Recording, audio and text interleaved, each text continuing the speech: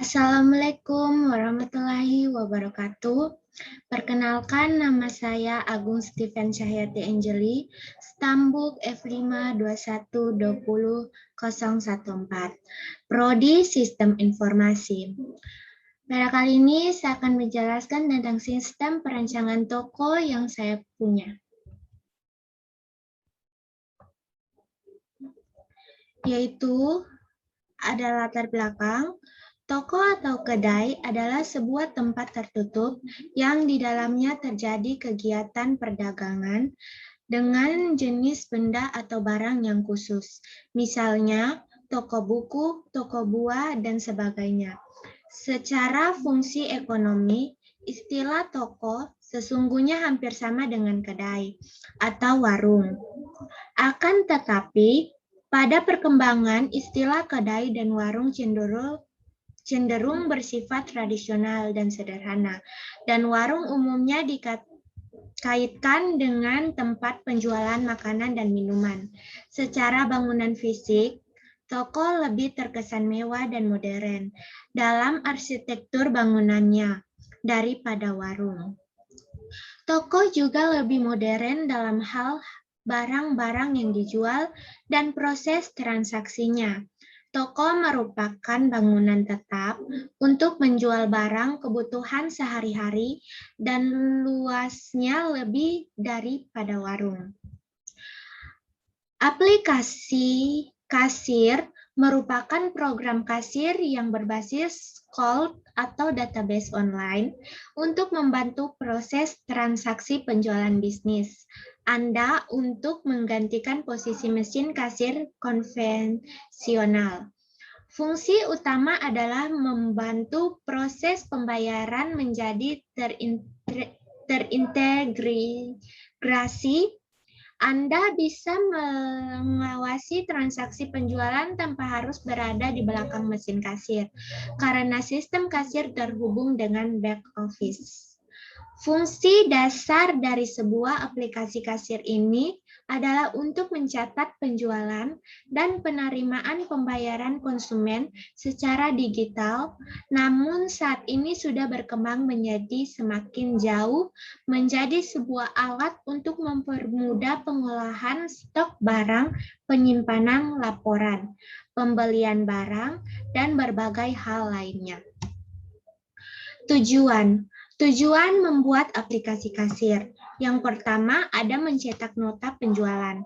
Hal yang paling krusial saat menggunakan software ini adalah kemudahan untuk mencetak nota penjualan. Mencetak nota penjualan tidak hanya membantu pemilik toko, namun juga pembeli, karena dapat mengetahui berapa dana yang dikeluarkan untuk belanja yang baru saja dilakukan. Sedangkan untuk pemilik toko akan membantu menghitung pemasukan toko. Kedua, mengontrol ketersediaan stok. Tidak hanya masalah keuntungan software, dapat membantu pemilik mengetahui barang mana yang menjadi incaran pembeli dan sebaliknya. Hal ini pula yang membantu pemilik toko untuk menyiapkan stok yang banyak dibeli, sehingga ketersediaan produk selalu ada dan memberikan keuntungan lebih untuk pemasukan toko. Ketiga, mengetahui pembelian dan penjualan dalam periode tertentu. Hal ini yang membuat software sekarang lebih banyak digunakan, yaitu mengetahui pembelian dan penjualan dalam periode tertentu. Misalnya, Anda membutuhkan laporan penjualan dalam 1 bulan ataupun 3 bulan. Laporan akan didapat dengan mudah karena software telah menyimpan semua data tersebut. Yang keempat, ada mengetahui laba selama 1 bulan. Inilah yang paling penting dan membutuhkan banyak orang terkait menggunakan software, karena software dapat digunakan dengan mudah untuk mengetahui beberapa laba yang didapat dalam 1 bulan. Jadi, Pegawai tidak perlu repot menghitung dari awal bulan hingga akhir untuk mengetahui berapa pendapatan dan laba yang didapat pada satu bulan tersebut. Mengetahui secara pasti jumlah tertentu. Pada saat menggunakan software, Anda akan dipuaskan dengan mengetahui jumlah pasti barang ataupun uang yang dibayar konsumen, karena semuanya selalu terupdate setiap kali ada barang atau pembeli yang berbelanja. Bahkan stok barang yang mulai minim dapat diketahui dengan mencetak software tersebut. Jadi semua aktivitas terkait bisnis dapat lebih mudah dijalankan dan tidak ada mengganggu kenyamanan konsumen. Yang keenam itu mengetahui laba setiap transaksi. Tidak hanya laba selama 1 bulan, setiap kasir usai melakukan perhitungan barang belanjaan akan didapatkan beberapa laba dari penjualan tersebut. Tidak heran jika akhirnya banyak orang yang menggunakan software ini untuk membantu perhitungan laba di tokonya. Beberapa hal ini pula yang dapat dijadikan perhatian sehingga software untuk kasir tidak dipandang sebelah mata dan lebih dihargai. Manfaat penggunaan software kasir. Yang pertama, sistem keamanan. Untuk beberapa perusahaan yang telah terkenal dengan banyak cabang tentunya tidak mungkin mendatangi setiap cabang satu persatu. Namun dengan software ini, setiap bawahan akan merasakan kehadiran Anda di sana. Karena dengan adanya software tidak akan terjadi kecurangan yang dilakukan oleh bawahan. Inilah jawabannya mengapa software dapat dijadikan sebagai sistem keamanan. Yang kedua, peningkatan keuntungan. Mungkin banyak orang yang tidak mengerti bahwa software dapat digunakan untuk meningkatkan keuntungan. Namun, kali ini kami akan memberitahu Anda agar tidak tertinggal informasinya. Software dapat digunakan untuk meningkatkan keuntungan asalkan di dalamnya dimasukkan fitur-fitur terkait, misalnya ditambahkan fitur penambahan poin setiap melakukan belanja karena poin dapat ditukar dengan barang atau harga diskon. Tentunya meningkatkan minat konsumen untuk berbelanja lagi ke toko tersebut. Yang ketiga, membantu analisis bisnis. Untuk beberapa orang, menganalisis bisnis secara detail adalah kunci bisnis sukses, dan dengan adanya software ini, masalah analisis bisnis dapat dilakukan dengan mudah karena setiap data yang dibutuhkan telah tersedia. Sisanya hanya perlu diserahkan pada para ahli bisnis untuk mengatasinya sehingga bisnis tetap berjalan dan memberikan hasil yang maksimal. Yang keempat, mempersingkat waktu. Coba bayangkan jika Anda masih menggunakan pencatat manual di beberapa minimarket yang dibuka, dan pada saat tersebut konsumen datang beramai-ramai belanja dan membentuk antrian. Tentunya antrian akan sangat panjang, namun bila menggunakan software, masalah ini tidak akan terjadi karena pengerjaan akan lebih cepat dan antrian yang dibuat tidak terlalu panjang. Tidak hanya masalah antrian, waktu yang dipersingkat juga berkaitan dengan kebutuhan laporan. Jika menggunakan secara manual, tentu laporan akan didapatkan dalam waktu lama. Namun, dengan software, laporan yang dibutuhkan mudah didapat. Karena semua data telah tersedia dan Anda hanya perlu melakukan printing untuk mendapatkannya. Tentu waktu yang dibutuhkan lebih singkat dibandingkan secara manual yang dulu pernah digunakan. Yang kelima, pengendalian kas dan stok.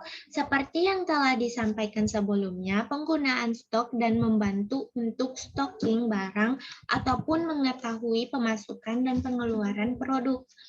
Karenanya, pengendalian kas dan stok akan lebih mudah dikendalikan, bahkan walaupun Anda barang di tempat yang jauh, controlling bisnis di setiap cabang dapat dilakukan dengan software. Hal ini lah yang menyebabkan banyak orang yang berlomba-lomba menggunakan software untuk toko mereka. DFD atau Data Flow Diagram.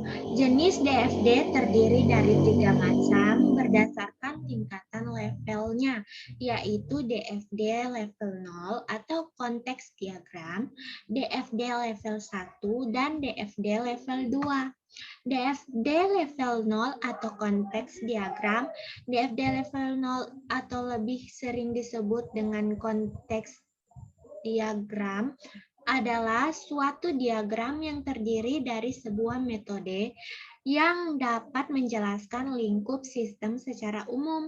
Konteks diagram merupakan bagian dari data flow diagram yang digunakan untuk menetapkan konteks serta batas-batas sistem dalam sebuah pemodelan. 2. DFD level 1. DFD level 1 adalah diagram lanjutan dari konteks diagram atau DFD level 0, di mana proses yang ada di dalam sistem lebih rinci dan lengkap karena proses utama yang dipecah menjadi beberapa subproses dengan fungsi masing-masing. DFD level 2.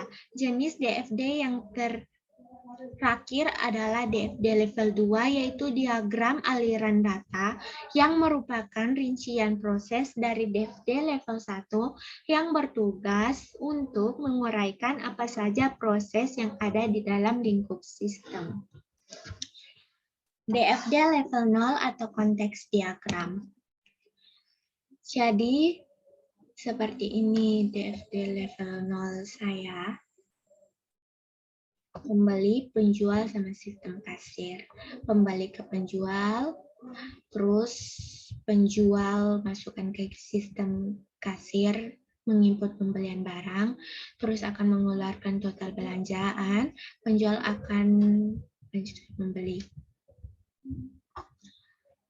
Pembeli akan membeli barang melalui penjual, lalu penjual akan menginput pembelian barang ke aplikasi kasir, lalu aplikasi akan menghitung total belanjaan dan menyampaikan ke penjual, terus penjual akan menyampaikan total belanjaan ke pembeli.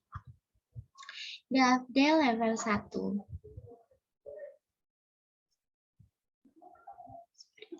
Seperti ini contohnya.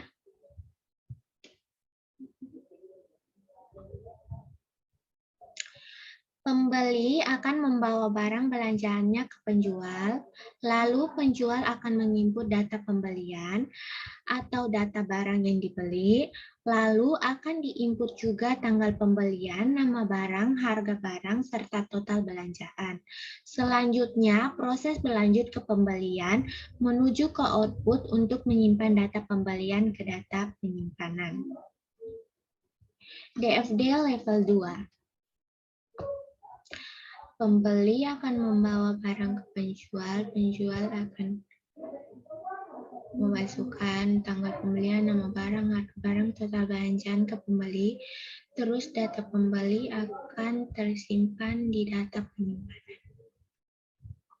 Pembeli akan membawa barang belanjaannya ke penjual, lalu penjual akan memproses belanjaannya, terus akan dimasukkan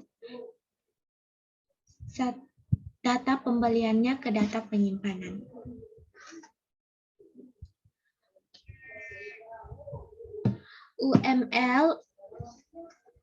UML merupakan singkatan dari Unified Modeling Language, yaitu suatu metode permodelan secara visual untuk saran perencanaan sistem berorientasi objek atau definisi UML, yaitu sebagai suatu bahasa yang sudah menjadi standar pada visualisasi, perancangan, dan juga berdokumentasi sistem software.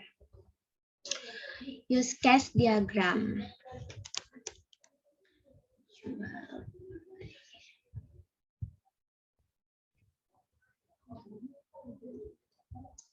Di sini ada memiliki beberapa diagram, yaitu penjual, pembeli, pembelian, data pembelian, sama data barang. Di mana pembeli melakukan pembelian dan apa yang pembeli beli akan menyimpan di data pembelian dan pembelian menuju ke penjual. Jadi maksudnya apa yang dibeli akan diketahui penjual dan penjual menuju ke data barang, di mana data barang itu adalah nama barang, harga barang, dan jumlah barang yang ada di toko itu. Kelas diagram.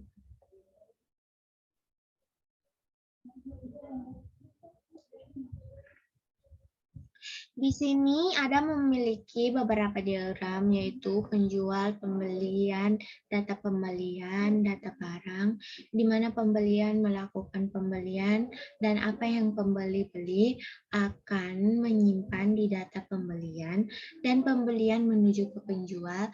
Jadi maksudnya apa yang dibeli akan diketahui penjual, dan penjual menuju ke data barang, di mana data barang itu adalah nama barang, harga, dan jumlah barang yang ada di toko itu.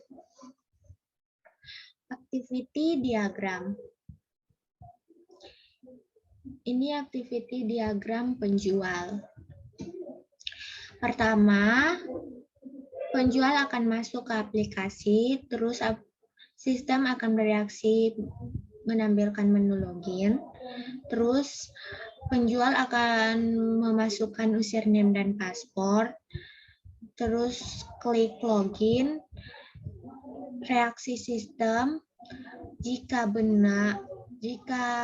tidak passwordnya salah, dia akan kembali ke menu login, tapi jika benar akan tampil menu utamanya. Pertama, masuk ke dalam dan sistem akan memberi reaksi masuk ke menu login. Setelah itu, aktor akan memasukkan username dan password, lalu reaksi sistem jika benar maka akan menampilkan menu utama, tetapi jika salah maka akan kembali ke menu login. Activity diagram pembeli.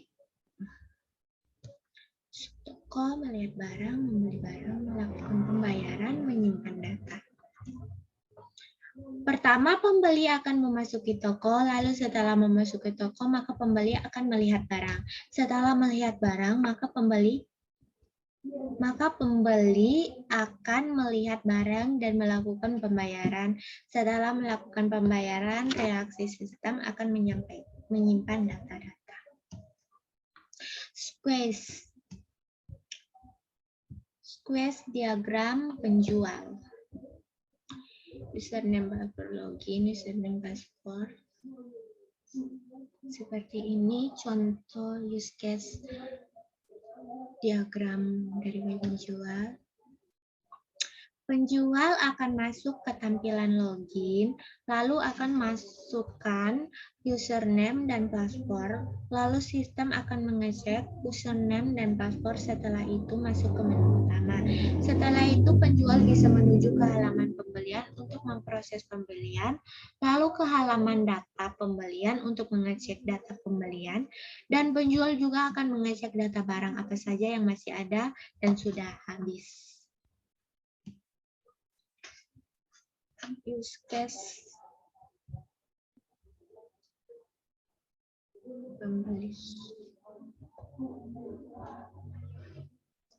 pembeli akan melihat barang yang dia cari, Setelah menemukan, maka dia akan membeli barang tersebut dan akan melakukan pembayaran. Contoh aplikasi kasir sederhana yang saya buat